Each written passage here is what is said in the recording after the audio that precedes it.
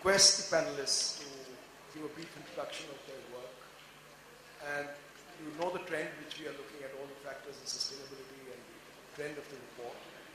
And give some aspects of understanding and guidance in this and some examples. And from that, we would pick up a few trends, discuss that and discuss. And towards the end, throw some questions to you so that we could also respond. May I request you to start, open the batting and to take this way. Good afternoon. Yeah. Mahindra Retail, as you know, is part of group Mahindra and Mahindra. And Mahindra and Mahindra has embraced the sustainability model in the manufacturing, and the sustainability and green initiatives have been more popular with manufacturing because of the way it operates. And then we had this challenge of adapting that to retail, and then a lot of things can be done. You're talking about the environment, the profit part of it, the people, a lot of things that need to be done. And then we said that we got to get this started. So we said, let's start this by internalizing it. So there are certain initiatives that we took. We also thought that if it makes business sense to take up certain initiatives, then it's going to get more accepted, and we'll be able to get the other stakeholders like the consumers and the community also involved. So we broke it down and looked at just 3 aspects that could help, and we also said that we're not going to invest anything. We said we'll invest 0 and we'll see how is that we can save money. So we had 3 objectives. One was to reduce energy, second was to reduce resources that we use, and third was to reduce emission, right? And so in energy, what we did was we took the existing stores and we did change some of the lighting. When we changed the lighting, we went to LEDs. We realized that we could reduce lighting cost by about 25%. And we also said the better maintenance of the air conditioning units. Before the filters used to get changed once in, these are simple things. Filters getting changed once in 3 months. We started cleaning them once in a month, and then we realized that it got more efficient. And then overall, if we looked at it, we could bring down the cost of energy of the store by 15%. And at the office too. Okay, one more thing we did in the stores was we looked at alternate circuitry, right? We had peak load time and non-peak load time. We don't have lots of customers coming till around 12, 1 o'clock in the store. So we said till about 2 o'clock, there would be one circuit that gets switched on. So we color-coded the switch, all the switch boards were color-coded. All the greens were put on in the morning when they came. So you had, and then, so there were 3 levels. So when they came in the morning and the store was getting set up, a few sets of lights being put, then you would have the non-peak load and then the load. So overall, there was a clean saving of about 15%. We did something similar also in the, even in the office. Okay, one more thing which we did in the stores was we looked at also doing this peak load also in the air conditioning. So, like I said, about 15% less. In the office too, we did, had all the computers and other things put off during lunchtime, and we could save over 10%. So that is a huge saving. In 140 stores, about 15% energy being saved. In terms of resources, we said we'll reduce paper. So in the office, we trained everybody on how to print, double side. We looked at using waste paper for pads, writing pads. And in the stores, there's one significant thing which we did. The bill rolls which are printed out. 2 copies have to be printed out in every store. 1 copy is supposed to be kept by the store. Other copy is supposed to be sent to the head office, right, for the accounting purpose. So we did speak to the necessary statutory people and decided that we don't need to keep that copy in the store. So we had a digital copy kept in the store. So the consumption of paper in the stores reduced by about 40%.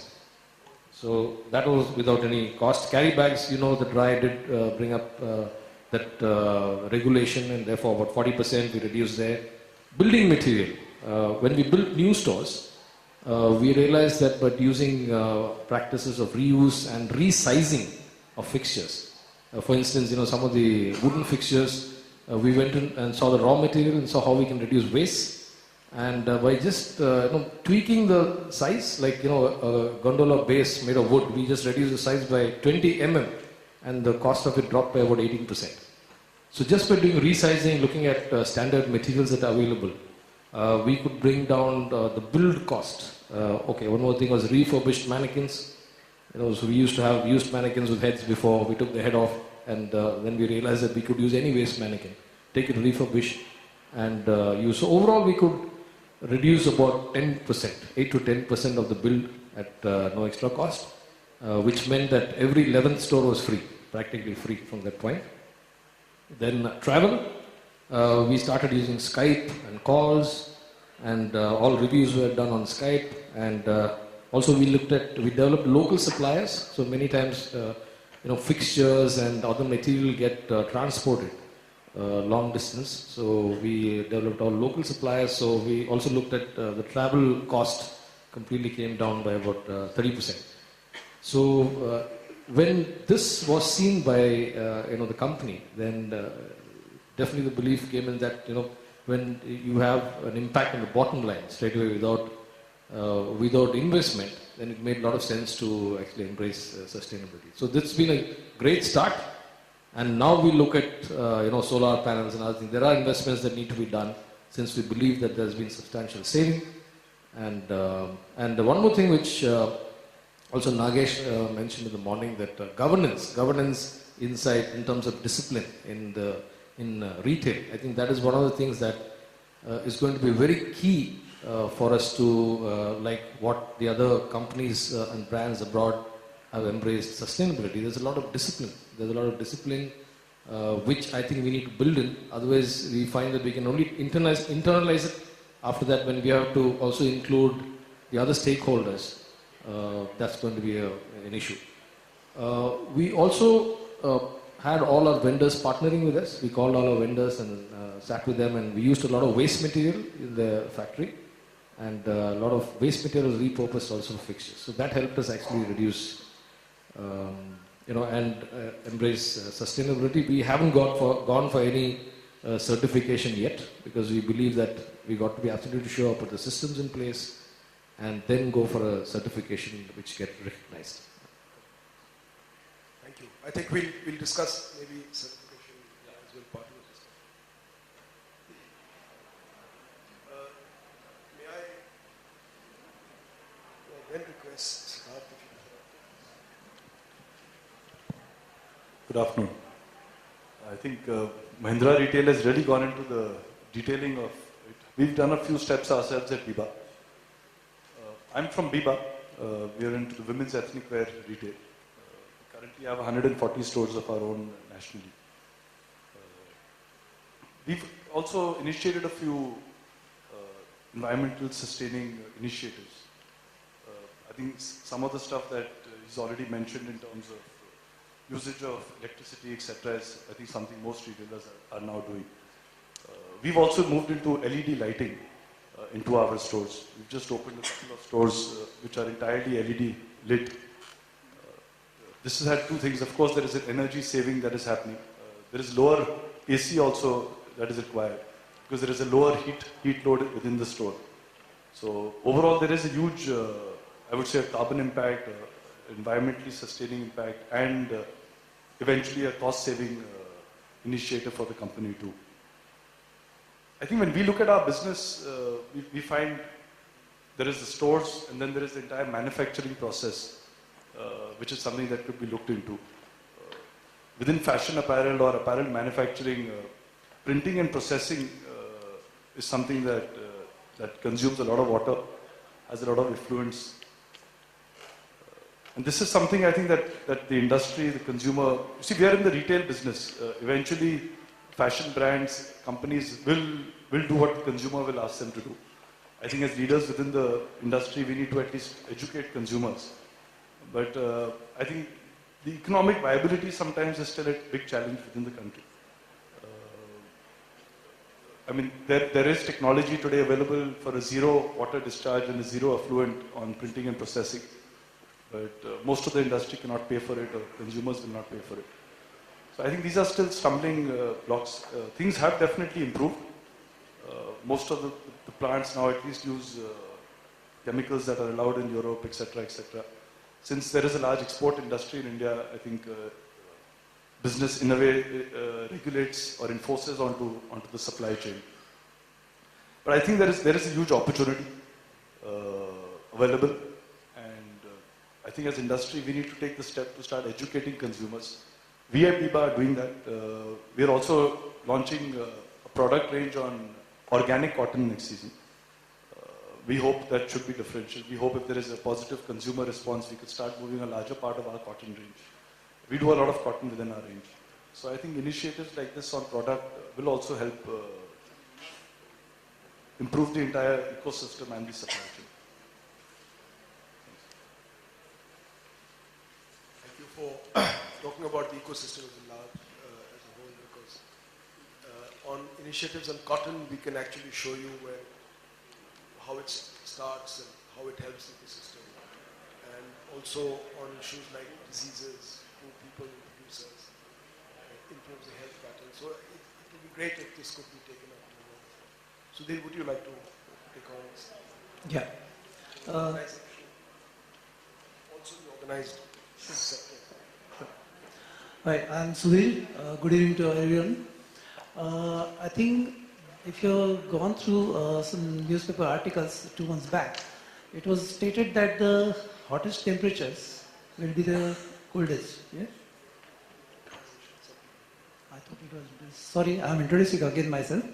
Sudhir Saundarvekar. I head project department for Shoppers Stop, and we are also responsible to conserve energy for our organization.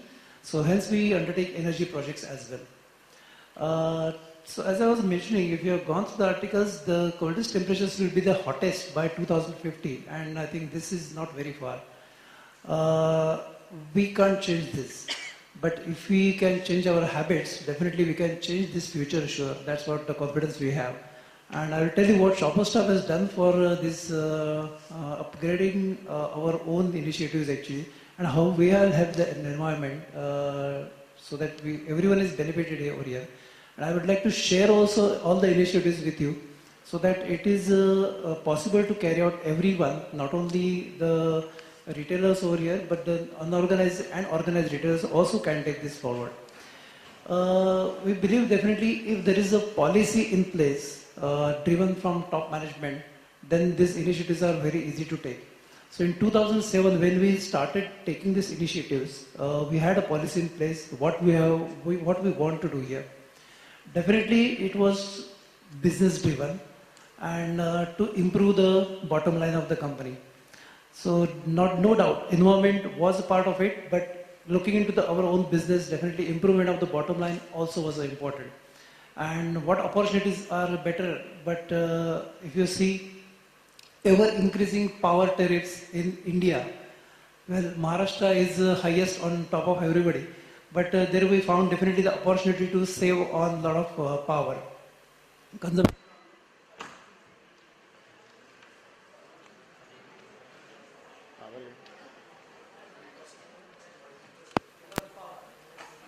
Check. It's already saving the power. Hello. Check. Check. Hello. Hello.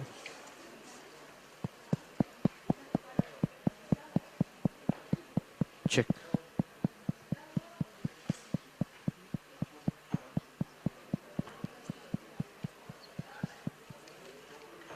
Check.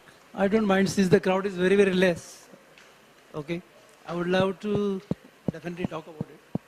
Can you hear me till last? Check. Okay. In fact, more and more companies should have been in this forum, because this is the forum not only for Shoppers Stop and 3 of us sitting over here. It is, if we have to make this effort sustainable, definitely more and more people are required over